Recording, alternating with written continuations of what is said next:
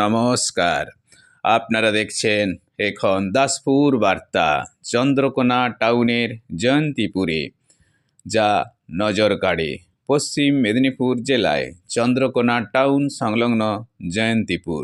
এখানে ইংরেজির 2007 খ্রিস্টাব্দে প্রতিষ্ঠা হয়েছে বেদ ভবন। এই সাথে ব্যক্তিগত উদ্যোগে আরও গড়ে উঠেছে শ্রীরাম মন্দির।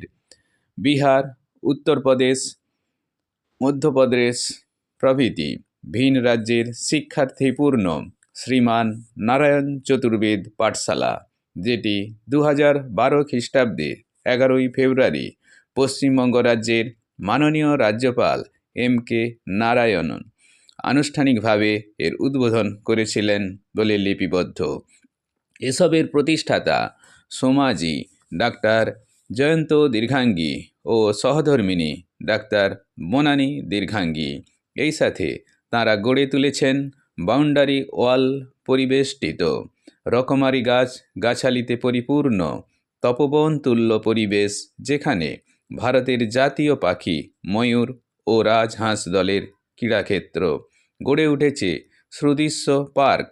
এছাড়াও দুর্গাশঙ্কর দীর্ঘাঙ্গীর প্রচেষ্টায় তাঁর পিতার অনুপ্রেরণায় গড়ে উঠেছে প্রত্নতত্ত্ব সংগ্রহশালা। এসব দৃশ্যেরই এক ঝলক দেখতে থাকুন এখন দাসপুর বার্তার পর্দায়। চন্দ্রকোনা টাউনের জয়ন্তীপুর থেকে রিপোর্টে Shyamsundar Doloi. Like and follow with subscribe এখন দাসপুর বার্তা। এই দাসপুর বার্তায় যুক্ত হন, আলোর পথে এগিয়ে চলুন। সে পাশে রয়ে গেছে, মোট 3 জন আছে।